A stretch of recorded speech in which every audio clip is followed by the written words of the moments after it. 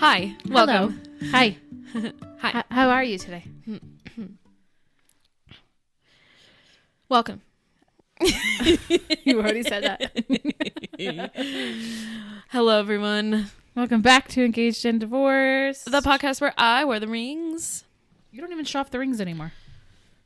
And I'm trying to figure out these damn things. Classic. Anyway. Today's episode is all about divorce. What I wish I had known before getting a divorce. And I feel like I've shared a lot on this podcast about my divorce and my journey and stuff. So if you've missed some of those episodes, go back to like our very first episodes, because I talk a lot about like why I got divorced and kind of what happened and what made me choose to get divorced. I feel like a lot of the people that are listening to this right now are probably considering divorce.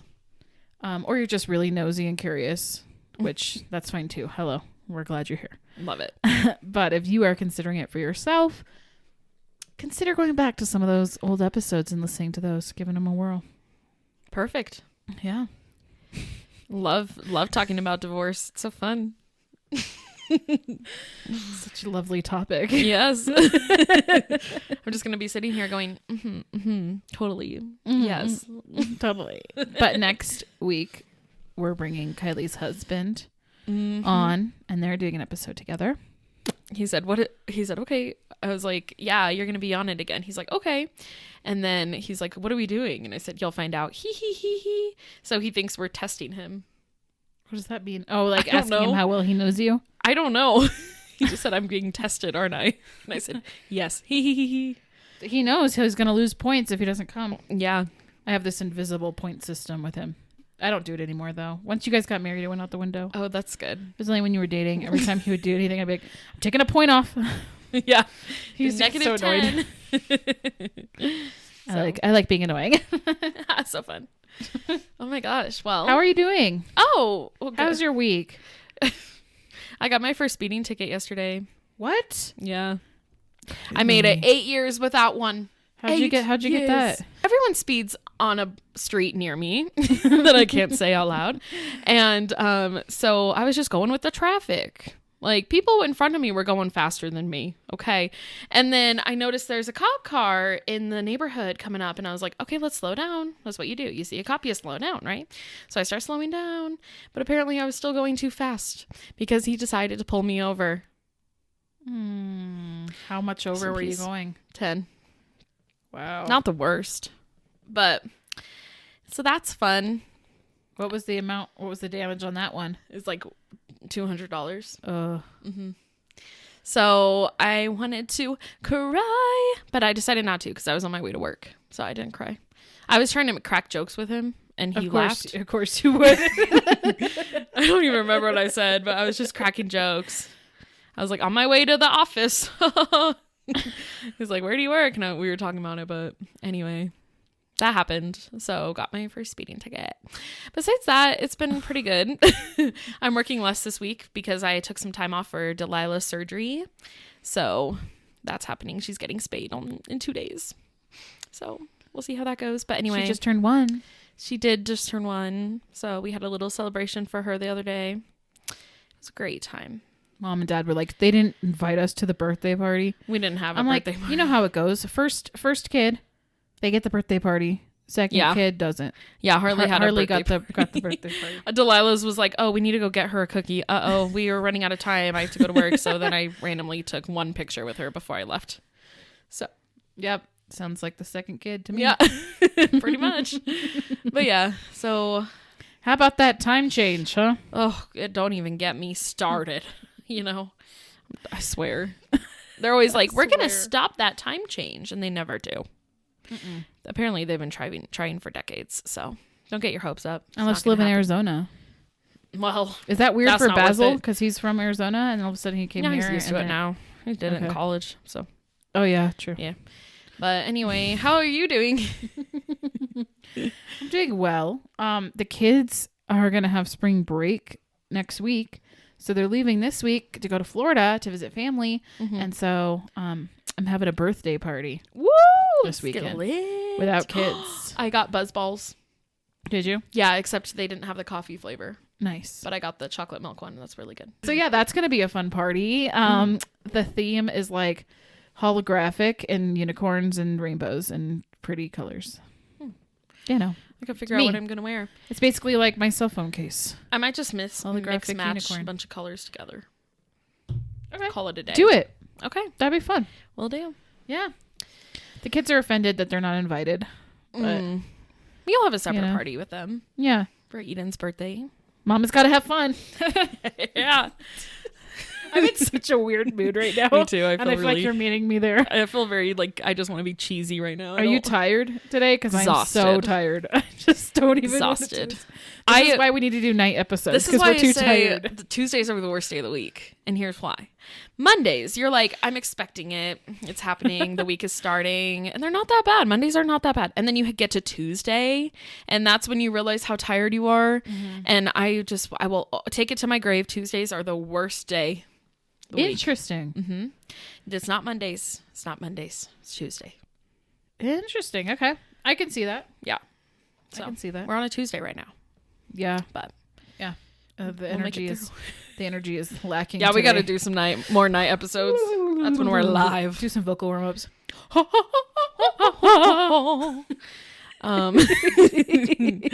Should I just jump right in? Yeah, let's just get to the serious stuff. Let's cut to the chase. Let's get serious. Stop messing around. Okay. Don't make jokes. Stop laughing. I'll be like Dr. Phil.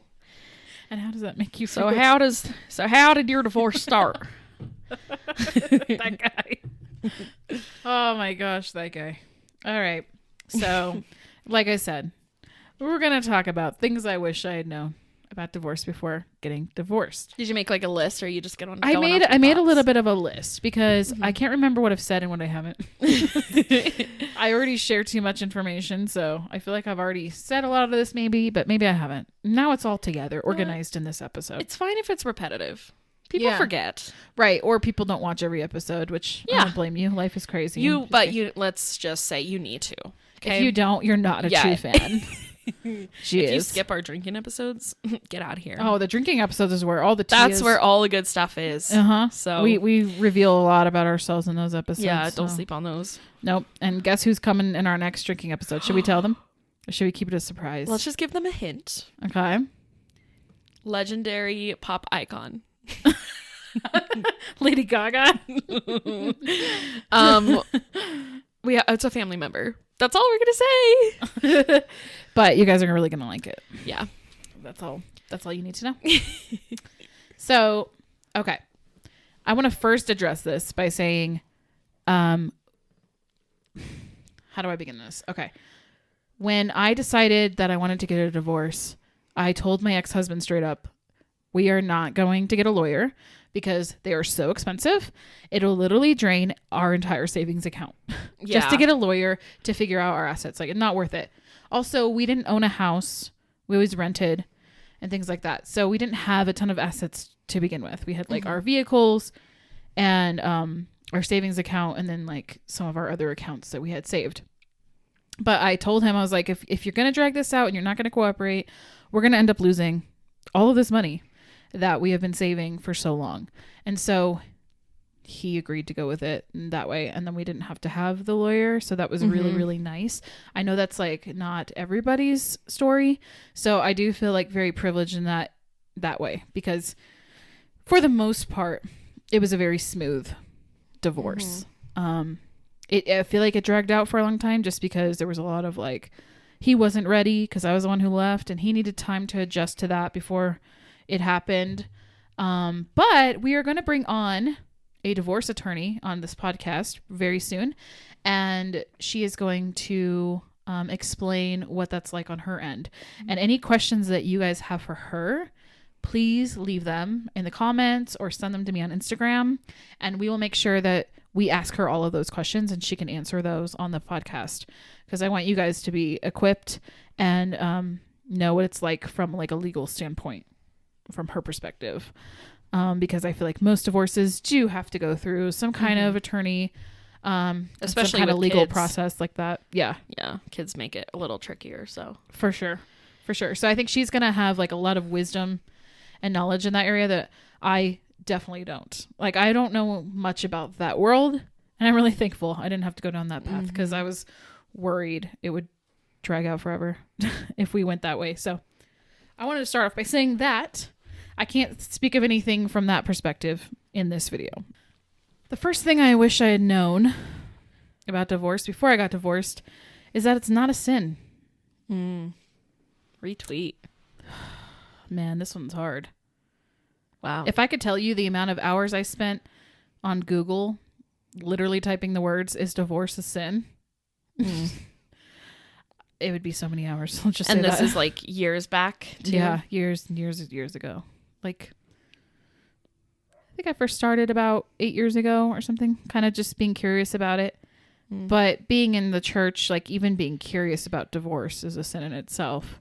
Yeah. Even thinking about it is like, not okay, not allowed. You're not allowed to be curious in that way about it at all.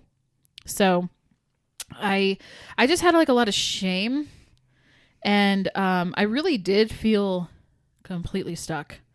Like I did not have the option to leave. That this would be my life and that I would just have to get used to it. I actually remember saying to myself that someone has to love him. So God's calling on my life has been to love him, even if he isn't always nice to me or doesn't treat me right. My job is to love him because that's my job as a wife. And according to biblical standards, that's true. I'm not saying every Christian believes that. True. But a lot of, we were in ministry. So that adds a whole other layer to it too. That makes it extremely challenging to be able to divorce because you have not only the outside opinions of everybody else, but the church. And that ain't fun. I know even the church that we went to, they were like trying to get us to resolve our issues before we got divorced, as if they're like, it's their business at all. Right. Or like you can just fix it one day. Yeah. And just move on. Yeah. No. I'm so tired of people saying like the only two grounds for divorce are cheating and what was the other one? I can't even think now. Cheating. Not and, abuse. They don't care about that. No, cheating and probably like murder. No, I'm just kidding. I can't even think right now. I'm having such a brain fart because I'm so tired. Like idolizing someone else. I don't know. No. That's still cheating. Cheating. I don't know. I can't remember the other one. Oh, okay. This is not. I didn't pay attention in church, obviously. Just kidding.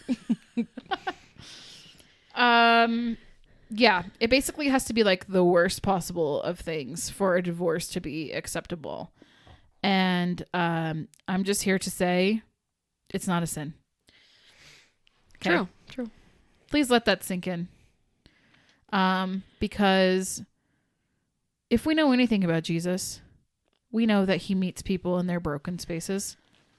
And I 100% felt him there with me when I was walking through my divorce. And even still, in my darkest moments, like he's there and he loves us. It's like, would I want my children to be in a marriage with somebody that it wasn't a healthy marriage? Would I want them to sacrifice their happiness and their joy to be in that? No. Yeah. So why would Jesus want me to be in a marriage where I'm sacrificing my mental health and sanity and happiness and all the things to try to like be in this marriage with somebody that I feel like I can fix? Like, it doesn't make any sense logically. It literally, I'm sitting here thinking about it. I'm like, why is it called a sin? Like, yeah. You're getting out of something to better both of your lives potentially and your children's lives. Mm-hmm. Like, exactly. It just doesn't make sense. I know you're supposed to love one man or one woman for your whole life, but yeah, it does. I also feel like it kind of puts women in this box of like being controlled. Yeah, you're trapped. Yeah, that's like where a lot of society is. And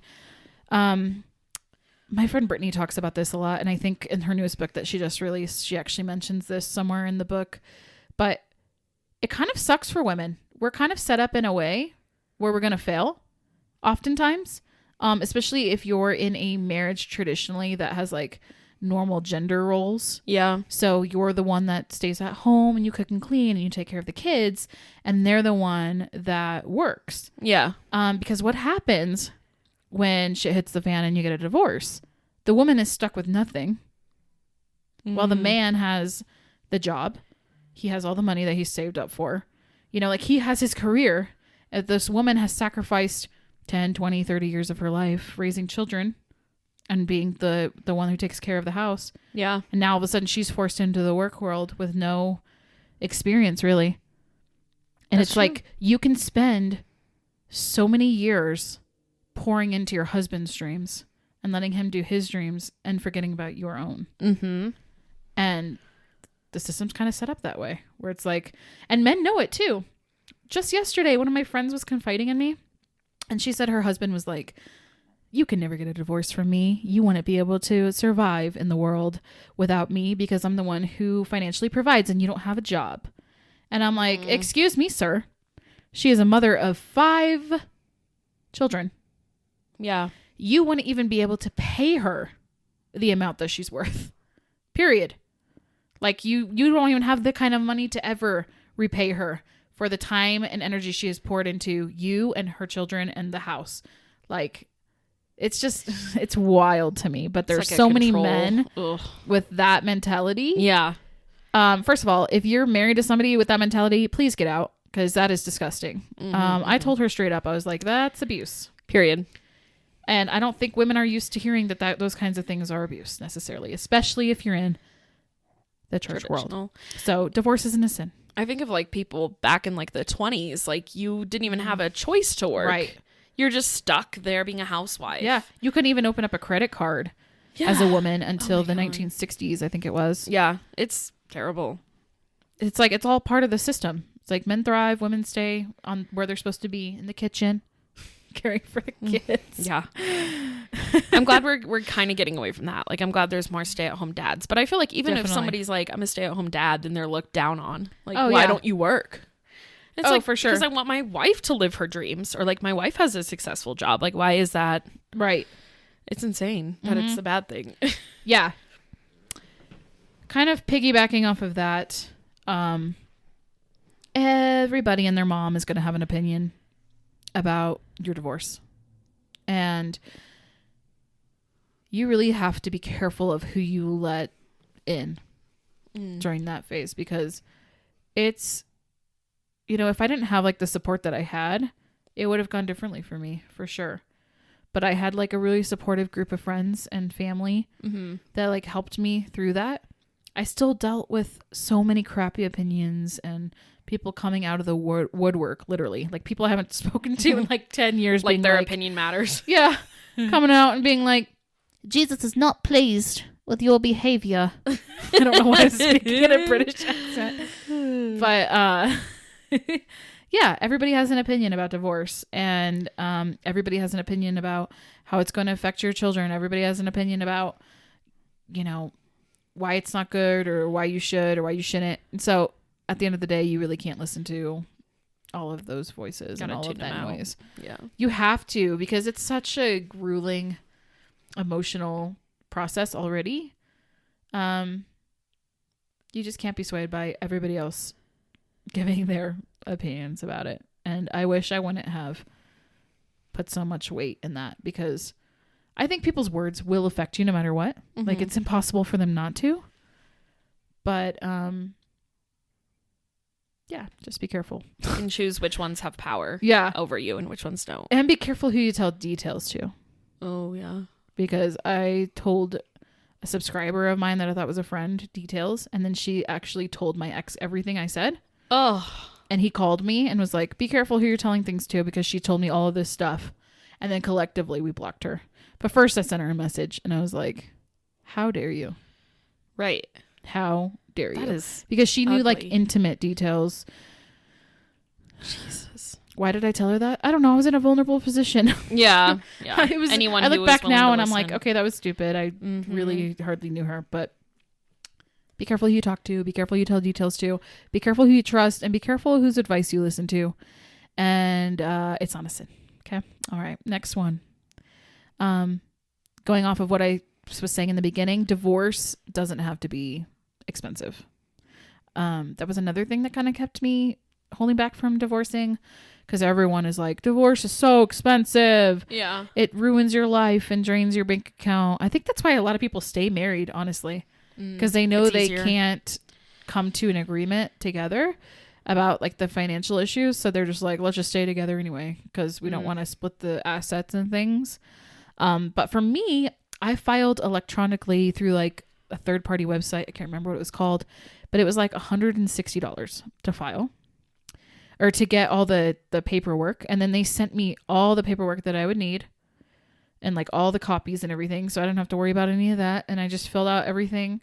And then we took it to the courthouse together. Technically, we didn't have to do it together, but he wanted to do it together in solidarity or something. I don't know. But then they made us pay like a fee when we filed, which wasn't that much, maybe like $100. And then that's about it. We had to pay for this parenting class that we had to take, which was virtual.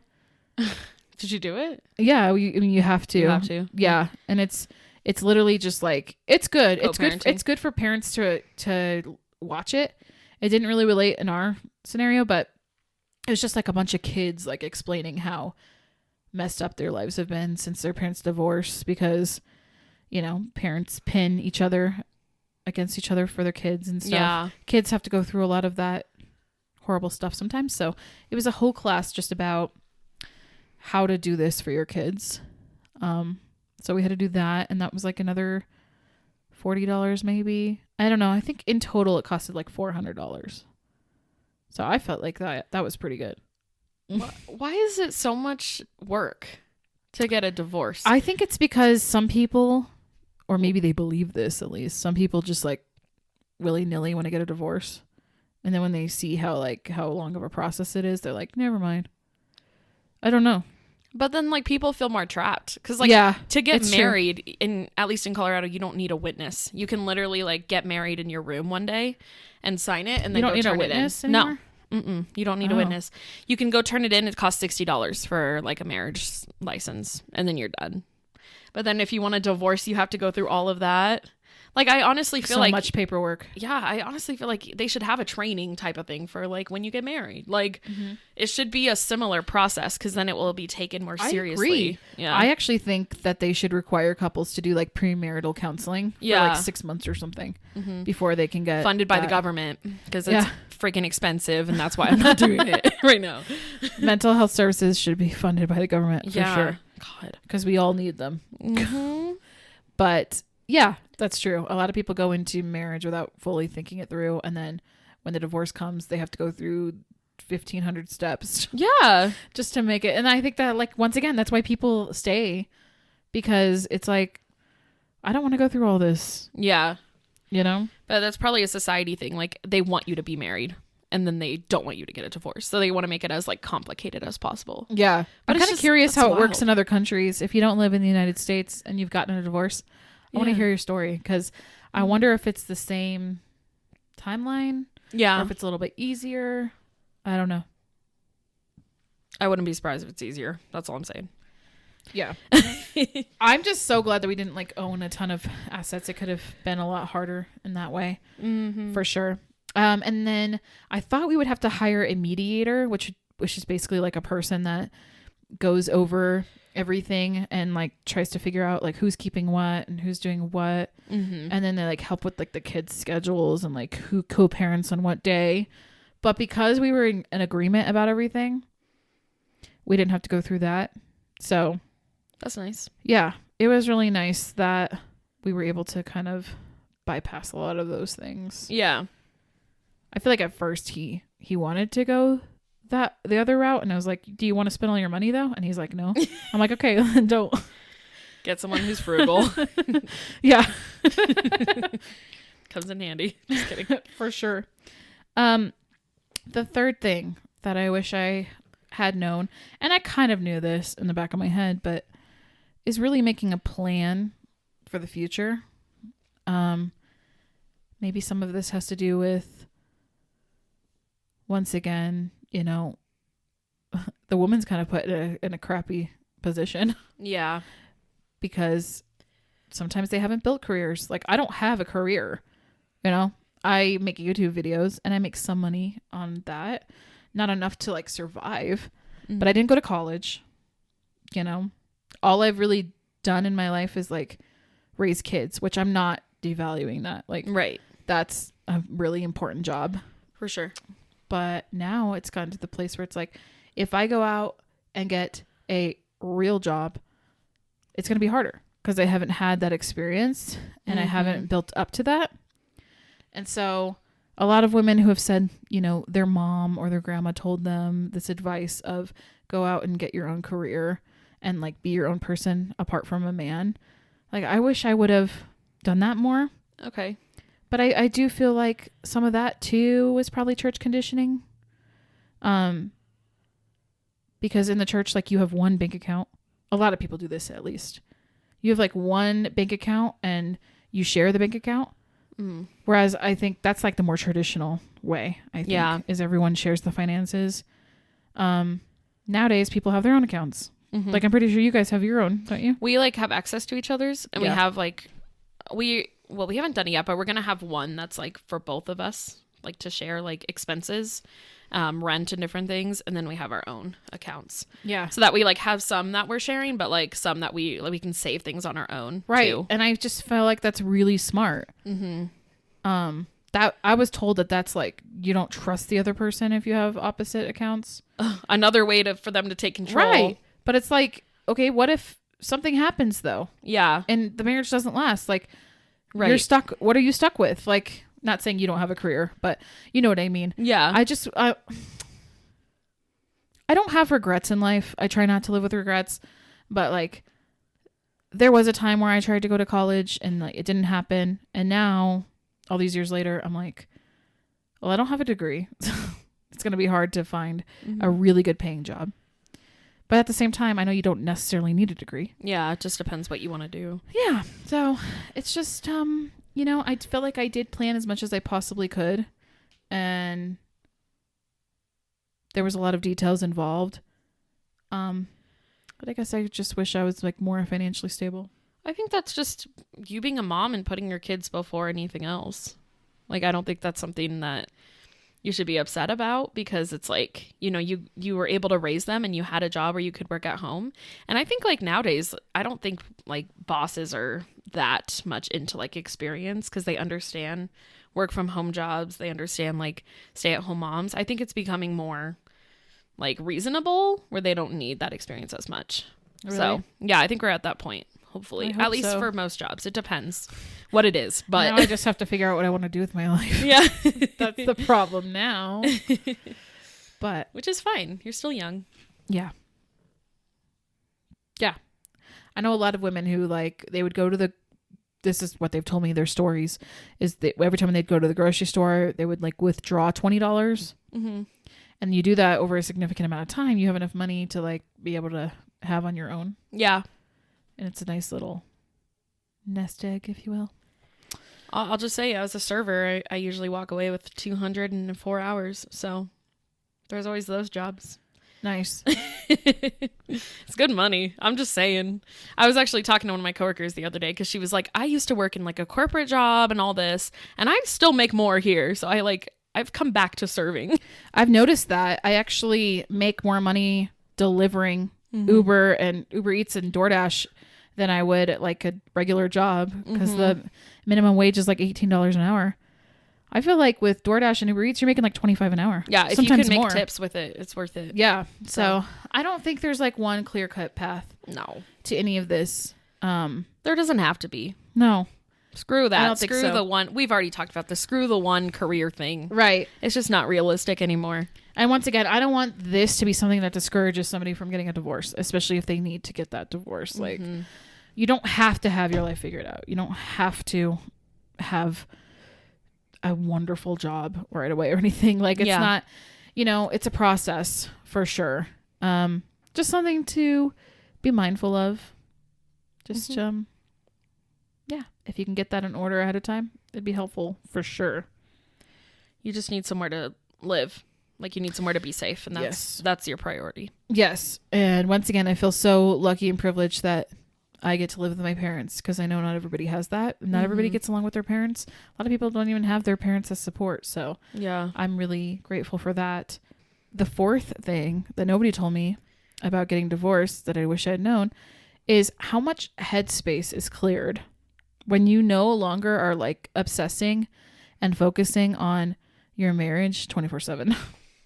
And all the problems, and always trying to like fix the problems and work things out, and just like it follows you into every other facet of your life.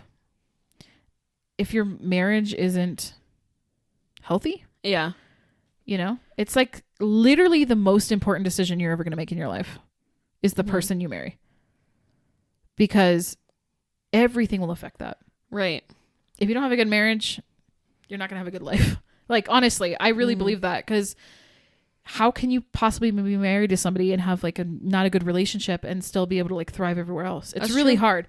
I tried, and I feel like a lot of people, I guess, couldn't tell when I was on YouTube and stuff, but mentally inside, my mind was just like going all the time, and always trying to like figure out what I can do to make it better and what I can do to like fix things. And that's exhausting. Marriage is two people. Yeah. Two people have to work at it. So once I left, I'm not saying it was all roses, but my mental capacity cleared up so much. But then I was like, what? This is weird. I have all this time to myself. I need to focus it on somebody else. Because you're so used to doing that. Yeah. So it's a little bit of a mind battle, but interesting. Really helped me mentally. And, you know, I've struggled with my mental health like my whole life. I've struggled with depression my whole life. And it was amazing to me how much that cleared up when I left. And it was like, I wonder how much of my depression was like situational. I feel like that's a really big sign for someone to get a divorce then. If it's like taking your every thought and you're constantly worried. Yeah. That's a good sign. It's time to go. Yeah, for sure. Fifth thing that I wish I'd known about getting divorced is, you know, time heals all wounds. That's the phrase everybody says. And I feel like it's true, but it doesn't erase the wounds, and the triggers still happen. And if you follow me on Instagram, you saw I just got triggered the other day randomly. Literally, I was eating mashed potatoes and I just started crying, and I remembered something in my marriage, and I was like, wait a second, why am I thinking about this? I don't want to think about this. And then I just like was crying and working through that. And for me, I always felt like as soon as I left, maybe in a year's time, I would have been healed all the way. I know it's like funny to say that out loud, but I was like, in a year from now, I'm going to be happy. Like I'm going to be happy and be thriving. And then I remember when the 1 year mark hit of leaving, I was like, I still don't feel happy. Yeah. And that was okay to feel that way. But I think we have these expectations that you will be at a certain point when healing is a journey, just like with anything else, just like, you know, with anything that you go through in life. Divorce is the same way. Like you're going to have really, really great days, and then you're going to have like really, really crappy days. And then you're going to have days where like you're just remembering all the terrible times. And then you're going to have like days where it's like, I don't think about it at all. And it's just so up and down. It's a roller coaster, honestly. I think it'll continue to get better. But I'm now a year and a half, almost 2 years out, and I'm still dealing with things. So don't give yourself a timeline of when you're going to be better, because chances are you're probably going to be working through things for the rest of your life. And it really depends on like the state of your marriage too. And what happened and what went down and everything. But yeah, I think it's just something that I'm always going to have sadness over, random sadness or random triggers. And that's okay. That was a lot of your life. Yeah. Like, for sure. I've had to think about that too. It's not something you can just get over. No, one day. not even like 2 years covers 12 years. Yeah, no. It's not, it doesn't even compute. It's nothing near that. And I do want to add that me being like sad about getting a divorce didn't mean that I didn't want the divorce. It didn't mean that I felt like I was making the wrong decision, because I knew I was making the right decision and I knew it was right for me, but it was just overcoming that sadness and also rewiring the way that you view the marriage and the reality of it. Mm-hmm. If that makes sense. It's like, you know, your dreams die. Yeah. And all the plans that you made for your life. And you're starting from scratch. Yeah.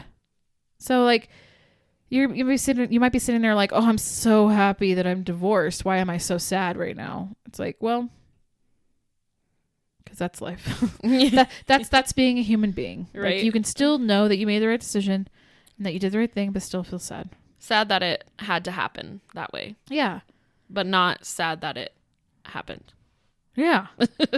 And maybe you're sad that it happened, period. Well, yeah. Could be. Which is okay too. Right. There's so many emotions. If you want to fully experience how many emotions there are, get divorced. Oh. It's a wild ride. Sounds like my worst nightmare. And the sixth thing that I wish somebody had told me is divorce is actually not going to mess up your kids. True. That was another thing that held me back for so long. No, I got to stay for the kids. Can't get divorced for the kids. And then surprise, surprise, when I announced it, a lot of family members were like, what about the kids? Right. What about them? Yeah, they're going to survive. They're going to be fine. Would you rather your kids grow up in an environment where they see hostility or they see their parents not being treated correctly or they even see their parents like just not happy? Yeah. You know, it's like, why do we do that to kids? So many people stay married for the kids' sake, but the kids are like, please get divorced. Right. And then when they get older and they're like, why are you still together? Yes. I have so many friends that are like, I wish my parents would have just gotten divorced right away instead of dragging it out for 20 years. Yeah. And waiting till they graduate high school or whatever reasons these people say. God. Your kids will be a lot happier when you get divorced. And not to say that it's easy, once again, because it's not. You guys saw my kids' interview. We interviewed them on this podcast. They said divorce is hard, and it is. But I have to keep going back to that, you know, one day they are going to realize it was the best thing. For sure. And they're going to know. They're going to be like, it was the best decision you could have made. And hopefully I'll be in a really healthy relationship one day, and they'll witness that, and they'll be like, oh, this is how a man treats a woman, and this is like this is how Eden will say this is how I want to be treated, and this will be like how Jude will say like I want to do this for my wife or husband, whoever they end up loving. But yeah, it's just to set that example for your kids. Don't just stay in it because you feel like you're gonna mess them up. It's gonna make it worse. Yeah, I've talked about this in other episodes, but I feel like what really messes up kids psychologically through divorce is the parents who make them take sides and cannot co-parent at all without screaming at each other, yelling at each other, can't swallow their pride to be there for their kids. And luckily my ex and I have like a really healthy co-parenting relationship. Actually 2 nights ago, Eden was like, I finally know the reason why you and Daddy got divorced. I was like, okay. I mean, I've kind of already told her the reason in her like age level, but, she was like, it's because you two were always meant to be friends. You get along so much better as friends than you ever did as husband and wife. And I was like, wow. I mean, that's true. So the fact that she can already like see that. Yeah. that's good. That's a good sign. She's like, sometimes people just, they don't get along or they go through something hard and their relationship doesn't last. And I'm like, yeah. Exactly. See, your kids are incredibly mature, like just because you've been open about it. Because I feel like another thing that can go wrong is like parents just don't talk to their kids about it. And they're just like, don't ask. Yeah. Don't ask. And then the kids like just wondering their whole life why they got a divorce. Like, or the kids are like, why did you get a divorce? And they're like, you're not supposed to ask those questions. Or the kids show emotion or sadness about it. And they're like, stop being sad. Stop crying. You have nothing to cry about. You didn't go through what I went through, you know? Yeah. Stuff like that. And invalidating their emotions. So I think if you can like validate your kids' emotions, even if you can't explain why. Like, there's been so many moments where they've asked me questions that are so deep and I'm like, I cannot even answer that question. Like, I don't know how, but I can meet them there and try to show some compassion. Right. I think they'll be fine. In my case, they really seem to be thriving. I don't know. Yeah. from your perspective? They like it. I think they like enjoy having two homes. They asked me if I could be their third house. So, well, Jude did. Just to have more chaos. Yeah. He's like, can I live with you like on Tuesdays? I was like, we'll see. Wow, he's trying to auction off one of my days. Yeah, Rude. Right. But yeah, I think like it's because you both have been willing to make it work, and you've both been like, you know, just going with it and doing what's best for the kids. It's been like not an easy process at all, but it's definitely like a positive experience for them. I don't think that they're like emotionally scarred. Yeah, I don't think it's going to be one of those things where they're like 25 and they're like, when I was 8, my parents divorced. Right. They're not going to and it was the worst time of my life. Mm-hmm. Like, is this going to affect them for the rest of their life? Of course. I'm not at all downplaying the effect divorce has. Right. Like, nobody wants their parents to split up. You know, we all want our parents to be together forever. It was always my biggest fear as a kid that my parents would get divorced. So I can kind of understand it on that level. Yeah. Because if mom and dad would have told me that would have been like the most heartbreaking news I could have ever heard. So I feel for them so much. But, you know, I'm ultimately, I'm really glad that I made the decision I made. And I am so thankful that we've been able to work through it that way. Mm-hmm. And I know so many people probably watching this even have not had that experience, and my heart goes out to you, because I can't imagine like adding on that craziness on top of what you're already going through when you're divorced. I think maybe having these conversations before the divorce happens of like what would we do in this scenario might make it a little bit easier if it does come. Yeah, having like a game plan. I don't know. It's so hard because everyone has different marriages. It's hard to really give advice, but those are the things that I would like tell myself personally. So, yeah, that's good. Beautiful. That was all good insight. I think I don't think we've talked about any of that really. Like, we maybe mentioned it here and there, but okay, cool. I feel like that was a good list. Sweet. Woo! Oh man. Well, this is divorce. It's messy. It's wild. It's a wild, crazy adventure. Should be a t-shirt. Yeah. But you will get through it. Mm-hmm. You will be happy. You will find yourself on the other side. I'm not fully there yet, but I know I will be. Yeah. You've come hella far, so. Yeah. I've come far enough to be like, wow, that was the best thing that I could have done for myself. Yeah. But I still have my days where I'm like, what if I made the wrong decision? And then I'm like, did you? Let's think about it. No, you didn't. Okay. But then you have a little bit of that guilt. Yeah. I don't know. I think it's normal to feel all the things. For sure. So it's okay. But you will get through it. Find your support. That's the biggest thing, for sure. Thanks for being my support. You got it. And thanks to all of you for being part of this podcast with the word divorce in it. I remember like a week after you told me, we like had a party at my apartment and we were all celebrating. We did? I don't even remember this. You like came to my apartment. Who was there? We were like drinking, hanging out. Bethany? Oh, Bethany came too. Mm-hmm. You don't remember this? I don't remember much about those early days. Like it was all the fog. I feel like we were all like, "Yeah, girl, you go." I know. Oh my gosh, I don't know what I would have done without that. Yeah. You got to truly blessed and highly favored by God, the Lord.